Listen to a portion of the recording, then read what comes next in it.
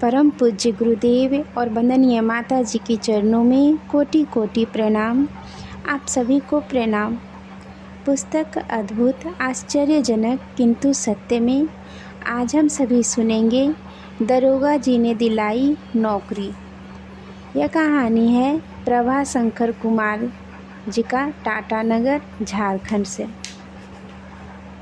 स्कूली पढ़ाई के प्रति मेरी रुचि हमेशा ही कुछ कम रही। यूँ मन लायक पुस्तकें मिलती तो डूब कर पढ़ता, पर कोर्स की पढ़ाई मुझे कभी नहीं भाई।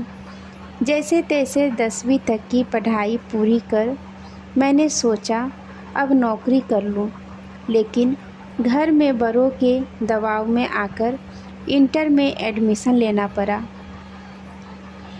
इंटर का अभी एक ही वर्ष पूरा हुआ था कि मेरे चचेरे भाई की नौकरी केबल कंपनी जमशेदपुर में लग गई।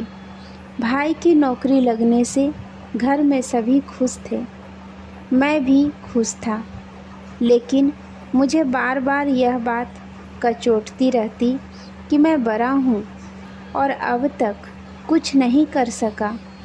घर में सभी उसकी इज्जत करते।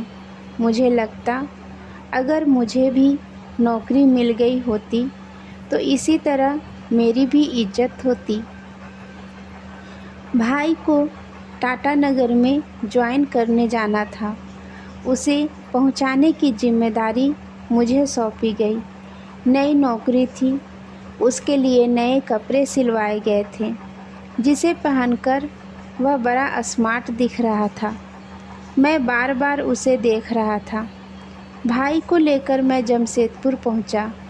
अगले दिन उसने ज्वाइन भी कर लिया। मैं ही साथ में लेकर गया था। उसे छोड़ खिन्न मन से मैं वापस लौट रहा था।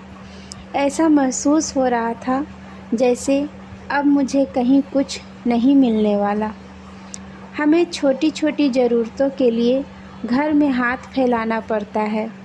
कब तक ऐसे चलेगा? अब मैं कोई बच्चा तो नहीं, अब तो मांगने में और भी शर्म महसूस होगी। मैं सोचता हुआ चल रहा था। अचानक रास्ते में पड़े एक छोटे से पत्थर से मेरे पैर टकरा गया और मैं गिरते गिरते बचा। मेरे मुंह से अनायास निकल गया, हे गुरुदेव। मेरी आंखों में आंसू आ गए। अपने आप को शांत करने के लिए मैंने मानसिक जप शुरू किया।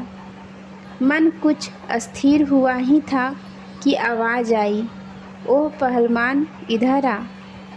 मैंने चौंक कर इधर उधर देखा।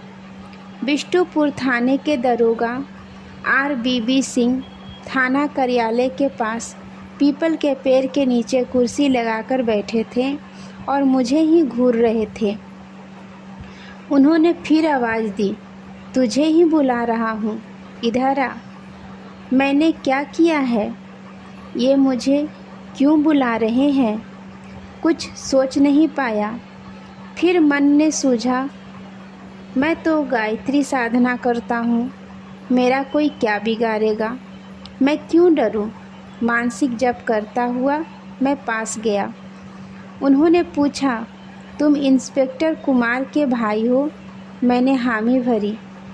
फिर प्रश्न हुआ, नौकरी करोगे? अचानक गुरुदेव का मुखमंडल आंखों के सामने आ गया। देखा, मुस्कुराते हुए मेरी ओर देख रहे हैं, जैसे कह रहे हो, खीन क्यों होते हो, तुम्हें भी मिल जाएगी नौकरी। मैंने आंखों ही आंखों उन्हें प्रणाम किया। फिर दरोगा जी को अपनी सहमति बताई। उन्होंने तुरंत काइजर कंपनी के डायरेक्टर कैप्टन बालको को फ़ोन किया और बोले, मेरा भाई 3 महीने से खाली बैठा है, उनको खिलाने की व्यवस्था आप कीजिए या कंपनी में भर्ती कर लीजिए। उधर से आवाज़ आई, 1 हफ्ते बाद भेज दें। उन्होंने कहा, 1 सप्ताह बाद नहीं, मैं अभी लेकर आ रहा हूँ।